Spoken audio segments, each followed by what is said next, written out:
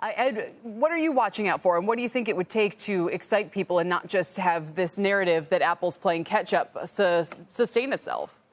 Right. Well, so Apple has long been sort of the second, to market for a lot of products.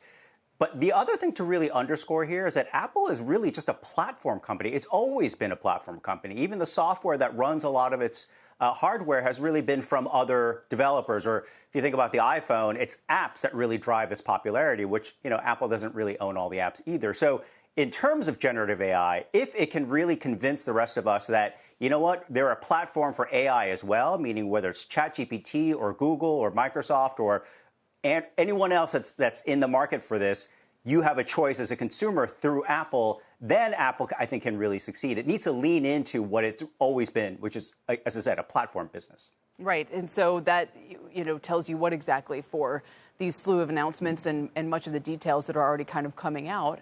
Can they move the needle on that?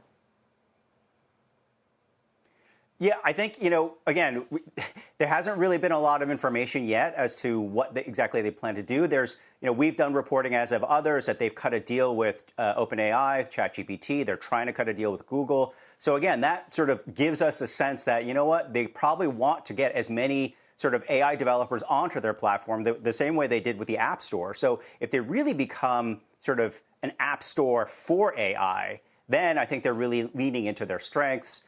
And from a consumer standpoint, it just makes it that much easier to decide, I like this versus that, ChatGPT versus Google versus Microsoft, whatever have you.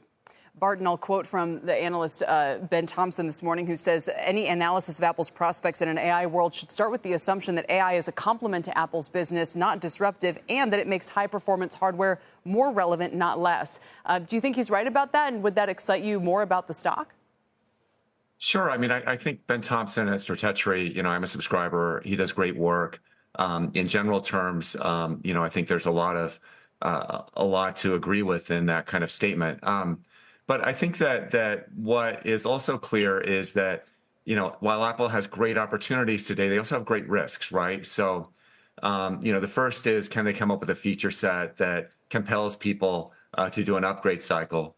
But the second question is, can they compete, right? So they're already behind. They've been a share gainer in smartphones. Google, Android, they're leaning into this. They're really strong. And so the risk is that Apple is seen as a share loser in AI. The other, question is strategically, right? So Apple's late to the party. In the past, they've been able to navigate around that with great success.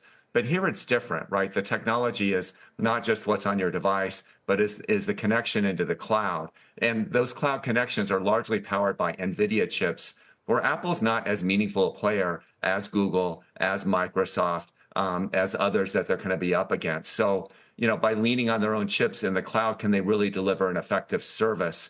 And then the other question is, how does the partnership potentially work out with OpenAI and Microsoft? I see a lot of reason for those guys to be close on smartphones, but a lot of competitive stress around the PC market. We'll have to see how they navigate that starting today. Yeah, Ed, I'm curious what would make you as a user really want to jump in and maybe upgrade that iPhone? Would it be, a much improved Siri? Would it be the capability, kind of like on the AI PCs that Microsoft has unveiled, to use AI to really access everything that flows through your phone? And I'm also curious about the privacy implications of that. But would that get you to upgrade? Or are you one of those people who don't need a reason? You'll just get the latest and greatest. And hey, if they want to throw in new features, great. No, I mean, look.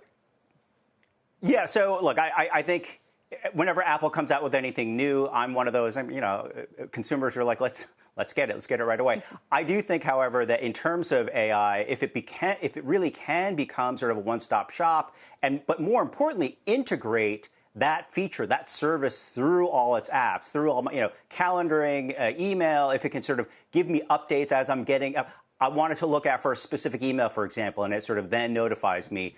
That is really sort of the killer app around AI right now. Instead of this moment where I have to sort of go to it, type in questions, get into prompts, sort of continuously revise it. So making my life easier that way, I think, is sort of potentially the killer app around AI.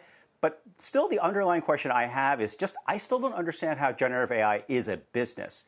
ChatGPT, OpenAI, they charge a subscription fee. I pay that fee. But really, they need many more millions to really justify their valuation. I don't really know how it's going to work for Google, their generative AI. I mean, it's nice to have the answers right on the page, but that kind of kills the search market in a lot of ways. There's less reason for advertisers to jump into it. There's fewer of them. So again, how is Apple going to do this? What is their way of sort of tapping into what is still a developing market? Where's the money really coming from? How is that really going to be monetized? Barton.